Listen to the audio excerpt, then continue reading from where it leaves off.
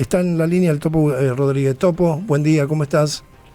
Buen día, Eduardo. Muchas gracias por la posibilidad de dialogar con vos y con tu equipo una vez más. Gracias. Bueno, me resultó muy interesante porque viste que tiraron lo del pacto de San José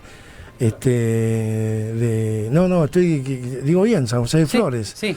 Sí, correcto, San José de Flores. Respecto de como un nuevo pacto de San José de Flores sin saber realmente qué es lo que había sucedido en este hecho histórico constitucional de la Argentina, constituyente quiero decir de la Argentina, y bueno, vos te animaste a dar un debate que me pareció muy importante, ¿eh? Eduardo, en estas últimas horas, en estos últimos días, alguien ha echado a rodar la idea de que tres provincias argentinas, Santa Fe, Córdoba y la provincia de Buenos Aires, podrían constituir un nuevo pacto de San José de Flores, así dicen, y en ese marco exportar granos de esas tres provincias. Continúa ese relato a través del Banco de la Provincia de Buenos Aires sin pagar impuestos a la nación. Sí. Una burrada plena, total, carente además de lógica política. Lo primero que hay que decir es que, por suerte en la historia de Argentina hubo un pacto de San José de Flores que, al revés de separar a las provincias, como están planteando ahora, fue un pacto de unidad nacional, de unión nacional. Hasta se lo conoce como el pacto de familia, porque de algún modo reunió a dos partes de la Argentina que estaban separadas, la Confederación Argentina, en ese momento con 13 provincias, y la provincia de Buenos Aires. Habiendo sido derrotada la provincia de Buenos Aires en la batalla de Cepeda, Sí. accede finalmente en el año 1859, en noviembre de 1859, a suscribir ese pacto de unión nacional y reconocer una misma constitución. Por lo tanto, a partir del pacto de San José de Flores y luego una nueva constitución en el año 1860, Sí. las provincias argentinas volvieron a formar parte todas de la misma confederación. Aquí se está planteando en los últimos días, como un rumor que no tiene ningún fundamento, que tres provincias harían un pacto de San José de Flores, cuando el pacto de San José de Flores era para unir. Sí. Este argumento ahora es para separar. Por otro lado,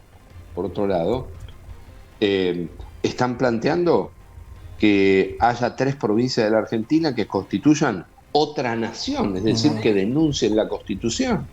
Es decir, construir una nueva Argentina sin las Malvinas, sin combustible, porque si dicen que van a producir grano, van a tener que importar el combustible del país de Milei. Porque, ¿cómo van a sembrar, cosechar y transportar a puerto los granos si ni la provincia de Buenos Aires, ni Santa Fe, ni Córdoba tienen combustible? Bueno, una posición descabellada, pero que en el fondo, a mí me parece, abona esta idea loca que anda dando vuelta y que vos bien mencionaste desde hace bastante tiempo, antes de la elección, Sí. de Milei, de plantear livianamente algo así como que, bueno, las provincias o cualquier provincia puede denunciar el pacto constitucional y hacer su propio país. Atrás de todo esto hay una fuerte concepción cabalista. Milei tiene la misma visión de Cavallo respecto de las provincias. Es decir, las provincias molestan. Para Milei, las provincias son solo generadoras de déficit. Por eso él ha dicho, en privado, pero también lo ha insinuado en público, que cada uno se arregle con lo suyo y, según ha trascendido, por algo renunció un ministro, el ministro de Infraestructura, Sí. dijo que los iba a fundir a todos y que los iba a dejar sin un peso. Yo te recuerdo a vos que sos muy joven, pero también a los jóvenes que te acompañan allí en la mesa y a los oyentes, Sí. que en el año 2001, Cavallo, al caerse la convertibilidad, le echó las culpas a las provincias. Dijo que si no hubiese sido por las provincias, la convertibilidad seguía. Bueno, me parece que detrás hay esa visión de que hay provincias que lo único que hacen es gastar y la nación no está dispuesto a soportar. Bueno, sin, digamos, señalamientos, porque me parece que tampoco es el clima político para el ciudadano común, ¿no? Estoy hablando, yo me quejo mucho que los diputados nacionales de San Luis están votando cosas que evidentemente nos van a terminar perjudicando, ¿no? O por lo menos parte de los diputados nacionales. ¿Cuál es el punto al que quiere llegar Milei, en tu opinión, con esto? Milei tomó fuertes decisiones apenas asumió, sin necesidad de pasar por el Congreso. Uh-huh. No es que lo hizo de manera ilegal, lo hizo apegado a la legalidad. Lo primero que hizo, y que pasó totalmente desapercibido, es prorrogar el presupuesto 2023 para este año 2024. Uh-huh. ¿Qué significa eso? Significa que él tiene partidas de gastos con precios viejos del año 2023 y tiene recaudación nueva con 211% de inflación más. Sí. Es decir, que recauda muchísimo más de los compromisos de pago que tiene. Eso va a significar durante el año un ajuste de no menos de 35.000 millones de dólares. Junto con eso, Milei pegó un impuestazo brutal. Pasó de 7,5 a 17,5 el impuesto país, pero además aumentó de manera drástica el multiplicador de ese impuesto. Ese impuesto multiplica por el valor oficial del dólar, que estaba a menos de 400, ahora está a 820. Es decir, que llegó ese impuesto de 7,5 a 17,5 y el dólar de menos de 400 a más de 800. En consecuencia, ya se vio reflejada en la recaudación de enero que el impuesto país recaudó 469.000 millones de pesos. Sí. Es decir, casi 500.000 millones de pesos. Eso significa que creció entre enero de 2023 y enero de 2024 un 1.252%. Es decir, la posición de Milei, exactamente al contrario de lo que planteó en la campaña, fue aumentar impuestos y pegar, sí, un ajustazo brutal. Sobre esa base, él hoy está dispuesto a entrar en conflicto con las provincias y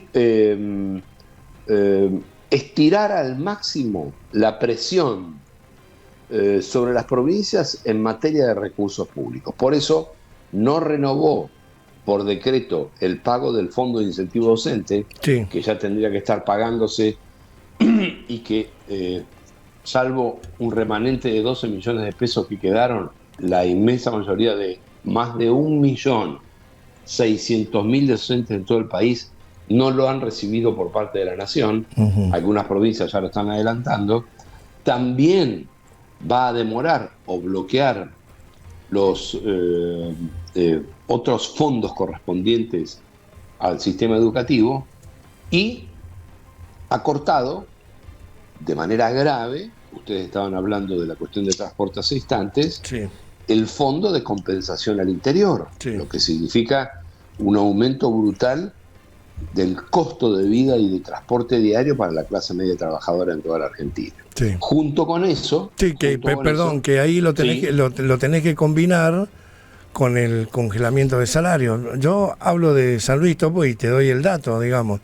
El transporte que lleva a los empleados públicos, a los empleados de comercio, a los trabajadores en general en San Luis subió de 70 pesos a 250 pesos, teniendo el fondo compensador. Sin el fondo compensador, ese boleto de colectivo, hablando que hay 40.000 personas viviendo a 23 kilómetros aquí en la ciudad de La Punta, que tenemos también otras 40.000 viviendo en Juana Coslay, gran parte de esa gente viene en el interurbano para San Luis, vamos a tener un promedio de boleto de entre 1.000 y 1.500 pesos, con el mismo salario del mes de noviembre. Es decir que es un golpe doble, o sea, te aumentan el boleto de colectivo y seguís cobrando lo mismo. Bueno, ese es el ajuste brutal. El ajuste brutal es el aumento sostenido del nivel general de precios y el desfinanciamiento de los servicios que venía sosteniendo, no porque a alguien se le ocurría, sino porque existen leyes y normas al respecto que venía sosteniendo el Estado Nacional y, en consecuencia, dado el congelamiento de los ingresos o el aumento en proporciones mucho menores al aumento del precio de los precios en general, un ajuste brutal sobre la clase media trabajadora. Y aquí, con el mismo respeto que vos te estás refiriendo a los diputados, yo quiero referirme a los votantes. Y la verdad que en algunas ocasiones yo me encuentro con mucha prudencia, porque yo sé que hay una mayoría de ciudadanos que votaron el ajuste brutal. Sí. Entonces me pregunto, ¿tengo derecho a hacer estas críticas? Y la verdad, creo que no lo planteo como una crítica, sino como una descripción de la realidad. Claro. Y soy respetuoso de los que todavía tienen esperanza en el ajuste brutal, pero esto era el ajuste brutal. Está bien. Cuando nosotros planteamos que era esto, es esto el ajuste brutal. Bueno, te pido una línea, aprovechando, digamos, tu conocimiento de la política nacional, sobre esto, ¿no? La nueva alianza, la de potenciar, digamos, el ingreso de Mauricio Macri al gobierno. Ahí hoy los portales están informando que muy probablemente Martín Menem, presidente de la Cámara de Diputados, se le pueda ofrecer que se desplace hacia el ANSES. Esto liberaría la posibilidad de que Ritondo vaya a la presidencia de la Cámara y, bueno, a partir de ahí conversar la integración de hombres de Macri en el gabinete de Javier Milei. ¿Cuánto de posible hay en esto? Milei ha decidido blanquear su alianza con un sector fuerte de la casta para gobernar en conjunto. Ese sector está encabezado por Mauricio Macri y Patricia Bullrich, que ya forma parte del gobierno, pero que ahora lo haría también con el apoyo de un sector mayoritario o pleno del PRO. Esto no empezó hoy. 2 días después de haber perdido de manera contundente la primera vuelta, Milei concurrió casi de madrugada a la casa o a la quinta Los Abrojos de Macri para pedirle ayuda. Sí. Y Macri conformó una alianza, no de partido, pero sí de personas, para ayudarlo en la elección. Apenas asumió Milei, tuvo un gesto de coherencia con esa alianza que hizo con un sector del macrismo más duro y puso de ministro a Patricia Bullrich y también a quien había sido su candidato a vicepresidente. A partir de ahora, esta alianza se va a formalizar. ¿Qué significa esto? Ocupación de puestos en el Poder Ejecutivo Nacional, más allá de los que en persona se acordaron con Bullrich y con Petri, y seguramente alguna reconfiguración en la Cámara de Diputados de la Nación. Yo no descarto que el próximo presidente de la Cámara de Diputados de la Nación sea Cristian Ritondo. Y por lo tanto, estaremos viendo a un Milei cogobernando con Macri y el PRO. Esto significa, en términos políticos, bueno, que se ha sincerado lo que ya vimos en la campaña, pero quizás Milei no quería mostrar, que es, a diferencia de lo que vino planteando, él ha sincerado su necesidad de hacer una alianza con la casta y gobernar con un sector de la política que hace muchos años, el caso de Patricia Bullrich es el más significativo, sí, viene haciendo política en la Argentina. Sí, impresionante. Topo, gracias como siempre por tu gentileza, un abrazo grande. Gracias a ustedes, muy buenos días. Bueno, ahí estaba Topo Rodríguez, diputado nacional.